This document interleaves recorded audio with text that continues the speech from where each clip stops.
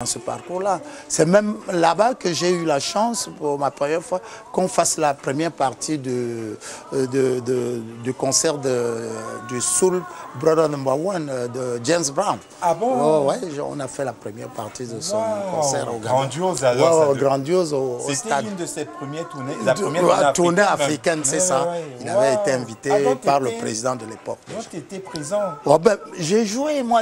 Nous avons fait la première partie et James, avant que Brown ne vienne, avant que James Brown ne vienne. Toujours avec Moustique et puis les superstars. C'était plein, c'était rempli. Ouais, mais le stade, oh là là, c'était plein à craquer. Ouais. Ah, donc beaucoup de gens ne savent pas. Et donc après le Gabon, c'est après le Gabon maintenant. Entre-temps, il y a mon ami Briand qui avait sorti Djongele Landolo Wele Mamokote. Parce que lui, il avait gagné le concours RFI de radio RFI lançait des concours à l'époque en Afrique pour les jeunes chanteurs. Et Briand avait gagné ce concours-là. Il est venu ici en France, il a enregistré et puis il a rencontré le fameux Slim Pesin que tout le monde connaît. Ce nom-là n'est tout à fait. Slim Pesin qui est l'un des meilleurs musiciens français. Ouais. Il a rencontré Slim qui avait le projet d'enregistrer les Africains parce qu'il ressentait beaucoup la musique africaine. Bon, il a rencontré Slim. Et maintenant, quand il a rencontré Slim, Slim lui a fait faire un album qui a marché avec Elongi, tout ça là, ça a commencé à marcher partout. Bon, ça, on est dans les années 72, 73, voilà, 72, 73, 74. Voilà. Maintenant, ça a marché. Briand, lors de ces tournées, il est passé par le Gabon. On s'est vu, et puis il me dit, ben, Père Didi, ouais, qu'est-ce que tu fais là? Je dis, mais j'évolue ici. Il a dit, bon, je lui dis, mais Briand, moi, je souhaiterais faire un tour en Europe, en France en particulier, et puis est-ce que je pourrais rencontrer Slim, parce que tout ce qu'il fait, j'ai écouté ce qu'il a fait pour toi et tous les arrangements, ça me plaît, je travaille dans le même style comme ça, je souhaiterais que tu me branches sur Slim Pesin. Il a dit, bon mon ami, c'est pas un problème, c'est un petit problème. Si tu te retrouves à Paris, fais tout pour... Parce qu'en ce moment-là, il s'est installé ici.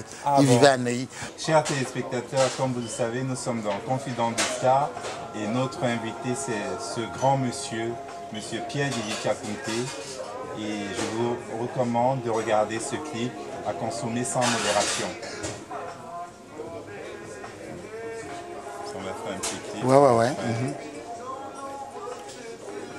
Je réenchaîne.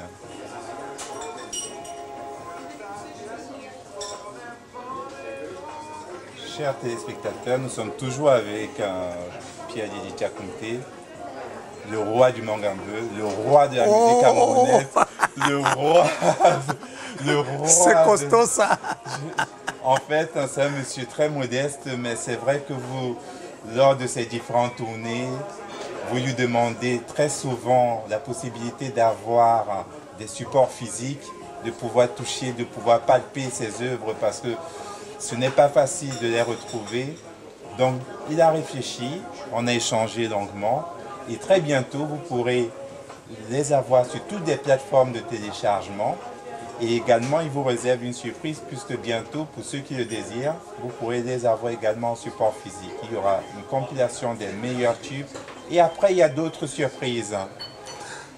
Je te laisse en parler. Ouais, Christian, je suis vraiment heureux parce que je ne m'attendais pas.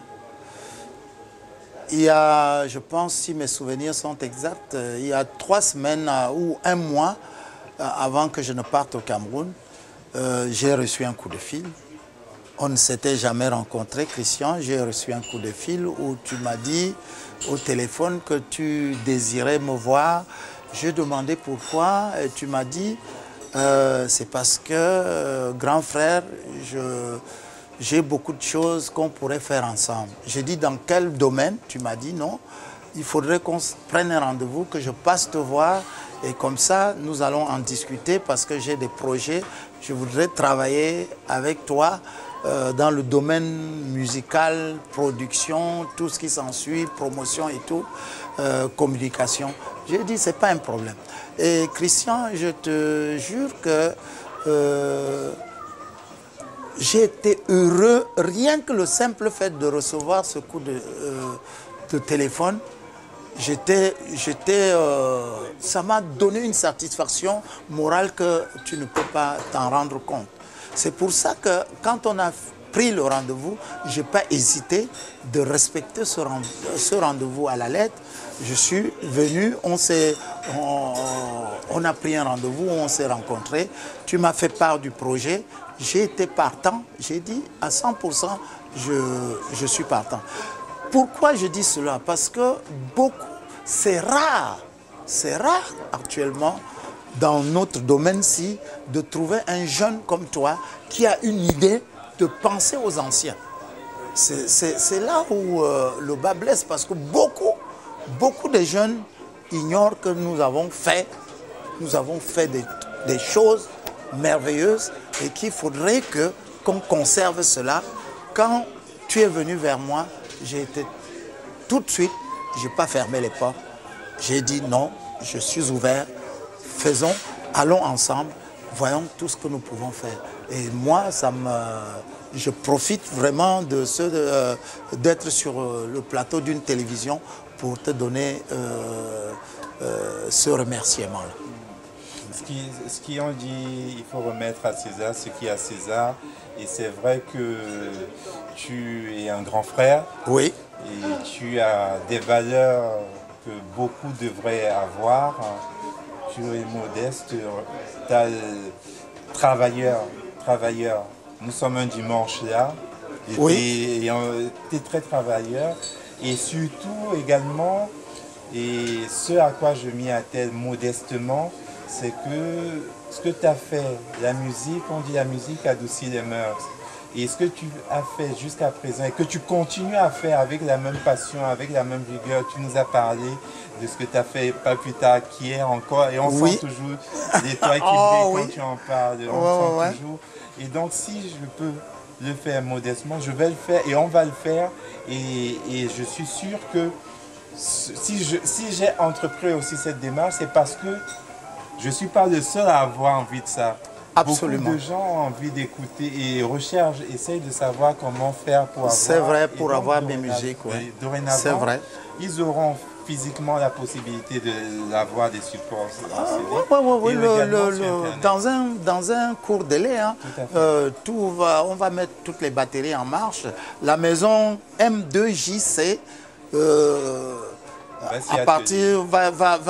va s'en occuper et puis on aura tous les grands slows tels que Megula, Mentino, que beaucoup de gens réclament. Ils auront ça soit par téléchargement, soit sur des CD qu'on pourra distribuer. Ça serait distribué partout dans le monde et comme ça on aura l'occasion toujours de conserver tout ce qui est comme musique de moi, des belles musiques, des belles mélodies, beaucoup de gens. Il y en a qui sont nés, avec, il y en a qui étaient à l'école primaire, qui sont maintenant, ils sont des ministres, ils sont des directeurs de société. Il y en a qui n'étaient pas nés, qui sont nés et qui ont écouté cette musique. La musique les a bercés dans leur enfance, ils ont grandi, ils sont maintenant. Il y en a qui sont dans des universités, il y en a qui sont professeurs dans des grandes universités qui ont écouté cette musique-là et qui ont toujours envie peut-être d'avoir ça dans les archives à la maison. Donc la maison M2JC s'en occupe à partir de maintenant pour la promotion de toutes ces musiques-là. c'est une fierté et c'est avec plaisir qu'on fera le maximum parce que c'est la demande de beaucoup de Camerounais et d'Africains qui attendent cela. Une anecdote, pas plus tard, Kiet était dans un café. Son téléphone a sonné. La personne est comme la musique. C'est ma musique qui sert de sonnerie sur mon téléphone. C'était le titre Megula. Il y avait un monsieur qui prenait le café à côté de moi. Il a écouté mon téléphone sonner. Quand ça sonnait, j'ai déclenché, j'ai pris le correspondant. Après, quand j'ai fini avec mon correspondant, le monsieur me dit, mais s'il vous plaît, j'ai dit oui. Il dit, mais je connais cette musique-là. J'ai dit, mais pourquoi, monsieur? Il me dit, je connais cette musique-là. Il y avait cette musique-là. Et puis, l'autre titre, Elongui, qui a marché chez nous. On connaît tout ça. J'ai dit, mais vous êtes d'où, monsieur? Il dit, mais je suis de la Côte d'Ivoire. J'ai dit, ah bon? J'ai dit, ah oui, Côte d'Ivoire, avec Fulgence Cassi, l'animateur de télé, là. Il me dit, oui, le monsieur me dit, oui. J'ai dit, ouais, effectivement. Mais il ne savait pas que c'était moi. Non, et moi non plus. Et moi non plus, j'ai rien dit. J'ai pris mon café, puis j'étais content. Je dis, bon, merci. C'est des anecdotes comme ça veut dire que les gens, ils aiment bien. Cette mélodie-là est restée. Tout à fait, tout à fait. C'est des standards, c'est pas la seule mélodie. Hein. Il y en a beaucoup. Les Camerounais ont fait beaucoup de belles mélodies. Quelles sont tes passions quand tu ne fais pas de la musique, quand tu n'es pas avec du monde? Quelles sont tes passions? Est-ce que tu as, ou tu es plus tranquille, ou avec des amis, ou voilà, quand tu es ici à Paris? Quand je ne fais pas la musique, je suis plus réservé.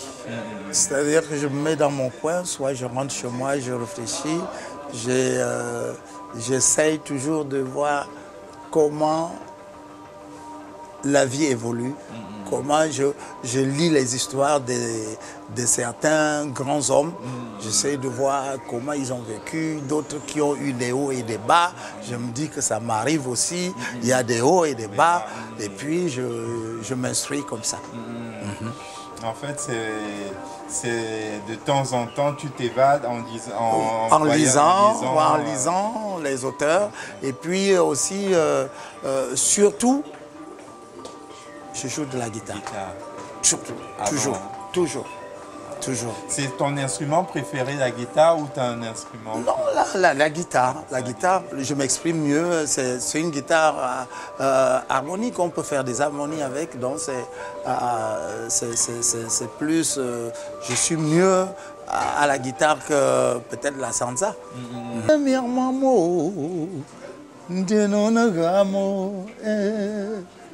Magaladia, womo,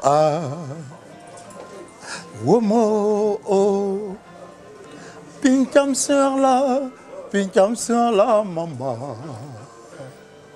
bimbut sanambi nugaba, nshula bukan tedzinia, binagaladia. Womo,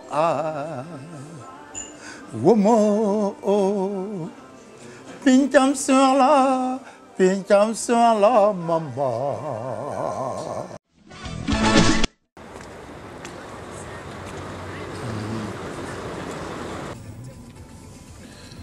Donc là, tu avais pris le bus pour aller à Beauvais, là, l'aéroport de Beauvais. Parce que je suis allé jouer en Norvège, là. J'ai pris le bus ici. On est à la Porte Maillot, là. Tout à fait. On prend le bus ici, on roule jusqu'à Beauvais. Et de là, on prend l'avion Holocauste pour la Norvège. Et ça avait mis combien de temps? Ça avait mis à peu près 2-3 heures pour arriver en Norvège. Pour arriver en Norvège. C'était aussi une grande communauté là-bas, des Camerounais. Ils étaient heureux de me voir, de venir chez eux jouer. La nostalgie du pays, quoi. J'imagine. Et ça t'a pu rester le week-end? Je suis resté, 4 jours là-bas. Les gars étaient très sympathiques. Ceux qui m'ont invité là-bas pour jouer pour eux, ils étaient très accueillants. Très accueillants. Ouais. C'est tout autre chose, les pays nordiques. Oui, la mentalité est différente. Très différente. Très différente. Et puis, c'est des pays avec le niveau de vie est trop élevé. Parce que là-bas, je me suis amusé à faire une comparaison du prix le prix d'une baguette. Ouais. Ça tire vers les 10 €. Hein. Ah ouais. Presque l'équivalent de 10 € ici. Ah ouais. Ouais. C'est pas pareil. En Norvège, c'est pas pareil. C'est pas pareil. Le niveau de vie est trop élevé. Trop élevé. Et t'en gardes quand même de bons souvenirs.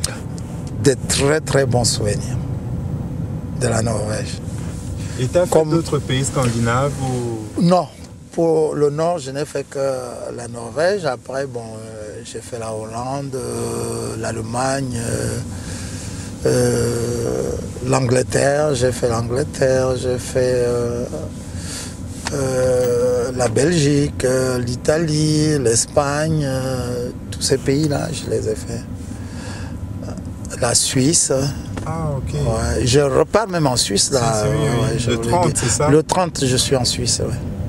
C'est où en Suisse? Lausanne, Genève? C'est à Genève. À Genève. Oui. À Genève. Après Genève, je vais au Cameroun, comme je t'ai dit. Tout à fait. Ouais. Il te faut quand même retourner au Cameroun. Tu as besoin de ça pour te ressourcer de temps en temps? Toujours. C'est mon pays quand même. Ce sont mes racines. Hein. Ce sont mes racines. Malgré que nul n'est prophète chez soi, mais c'est quand même mon pays et j'aime bien le Cameroun. J'aime bien le Cameroun. Je suis Camerounais. C'est normal. C'est un pays merveilleux. Avec une stabilité politique qu'on ne peut pas contester. Tout à fait. Ah oui, c'est important en ce moment. Malgré que ça grouille du côté du nord là-bas, mais c'est quand même un pays stable. Quand on voit ce qui se passe... Oui, un peu partout. Tu comprends, là, c'est malheureux. Ah ouais. Ça, c'est l'avenue de la Grande Armée.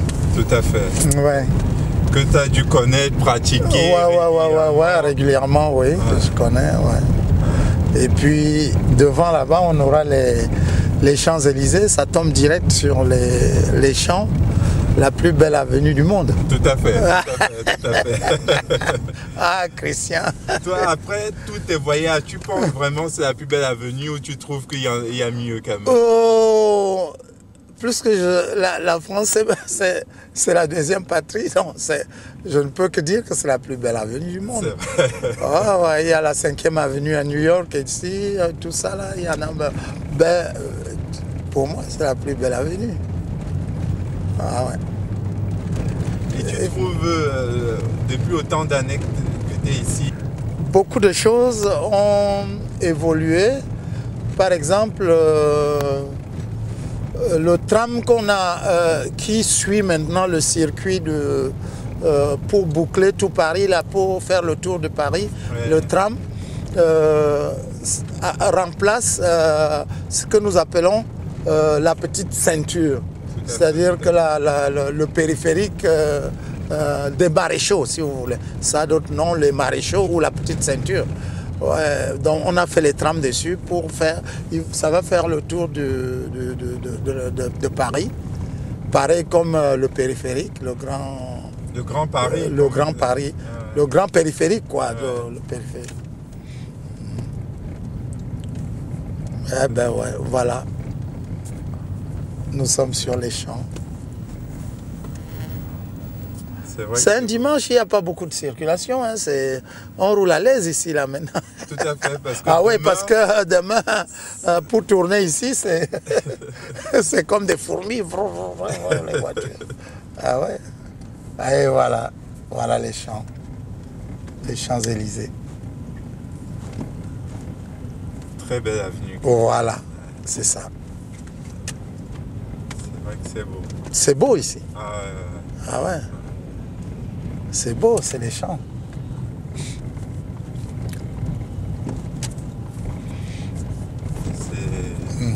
c'est agréable, c'est illuminé. C'est illuminé. Ah ouais, surtout pendant les fêtes, quand on passe ici en décembre, franchement, c'est féerique ça. C'est terrible. Formidable.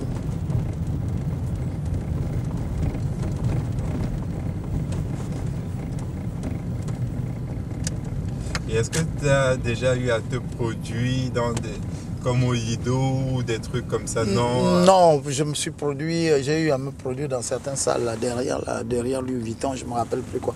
Mais je ne connais pas la salle. Au moins 2 fois, je me suis produit là-bas.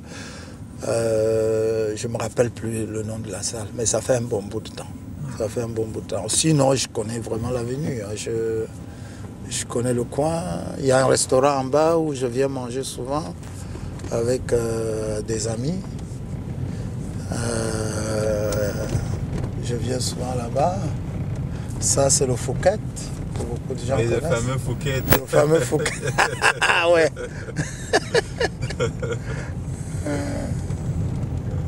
Là derrière, j'ai des amis dans le coin. Ah bon? Oh, ouais. Non, je suis un habitué de ce côté-là.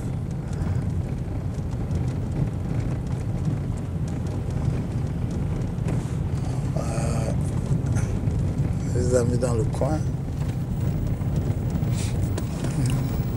Il y a du monde là. Ouais, il y a du monde aujourd'hui. En bas, il y a déjà du monde. Les gens font du shopping. Oui, le dimanche, oui. Comme disent les Français, on n'a pas du pétrole, mais on a les idées. Tout à fait. Eh oui. On ne peut pas tout avoir. Hein. On ne peut pas tout avoir. Je viens souvent manger la pizza, là, le restaurant Pizza Pino, ouais. Ah, ok. Avec une sœur à moi, là, Manvou Eliane, on vient de temps en temps, là. Ah bon. De temps en temps, on vient là, on vient manger un petit bout là-dedans. Ah, et on y mange bien. Très bien, très bien. Pizza Pino. Tu connais, non? Oui, tu as été manger plusieurs fois? Si, ouais. oui. Si. Sûr. C'est vrai que l'accueil, c'est ça. Ouais, ils sont sympas là-dedans. Et c'est toujours plein. C'est toujours plein, c'est toujours plein. Donc c'est déjà preuve que c'est on y mange bien, quoi. On y mange bien. Je suis allé, j'ai mangé plusieurs fois avec des amis qui viennent du Gabon et tout. On a mangé là. Les Champs-Élysées. Voilà le fameux Champs-Élysées. Oh, Champs-Élysées. Oh, Champs-Élysées. Ah ouais.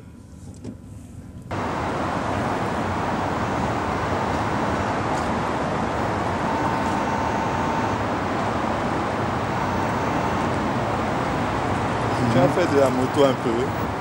Ah, dans l'enfance, oui. Ah bon? Ouais, mais après c'est fini. Hein, là. Waouh, plus de 2 siècles. 2 siècles, ça fait 2 siècles, plus de 2 siècles. 2 siècles et demi. 2 siècles. Bonjour. Au petit matelot. 2 siècles. C'est bien. C'est ça qui est beau, c'est qu'il y a de belles choses, mais ils continuent à faire des travaux. Ouais. Vraiment. Pourtant c'est beau, mais ils refont la façade. Ouais.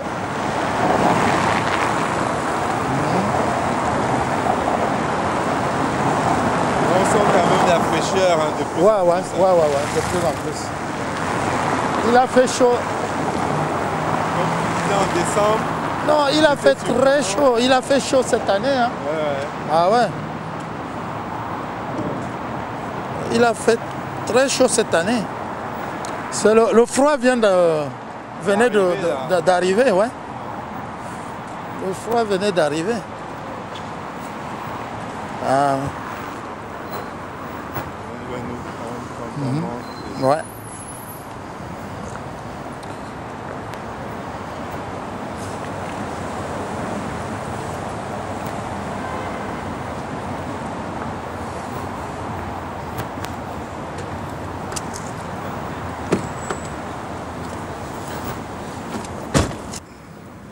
Chers téléspectateurs, chose promise, chose due, je vous avais promis que je passerai une journée avec notre grand chanteur, M. Pierre-Didi Tchakounté.